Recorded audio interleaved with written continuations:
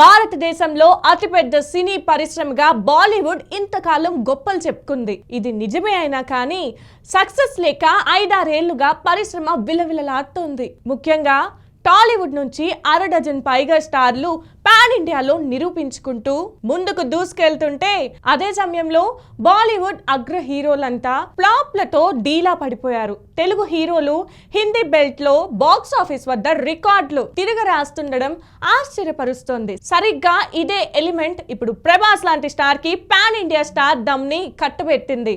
బాహుబలి, సాహో మొదలు సలార్, కల్కి 2898 AD వరకు ప్రభాస్ ఎదురులేని హీరోగా పాన్ ఇండియాలో నిరూపించుకున్నాడు. ప్రపంచ వ్యాప్తంగా షారుఖ్ కి ఉన్న స్టార్డమ్ తో ప్రభాస్ స్టార్డమ్ సరిపోలదని వారంతా వాదిస్తున్నారు. ప్రపంచ దేశాల్లో షారుఖ్ కి అసాధారణ ఫాలోయింగ్ ఉందని వాదిస్తున్నారు. దేశంలోని అతిపెద్ద స్టార్లుగా చెప్పుకునే ఖాన్ల సరసన ప్రభాస్ పేరు వినిపిస్తోందంటే అది అతడు సాధించిన అచీవ్మెంట్.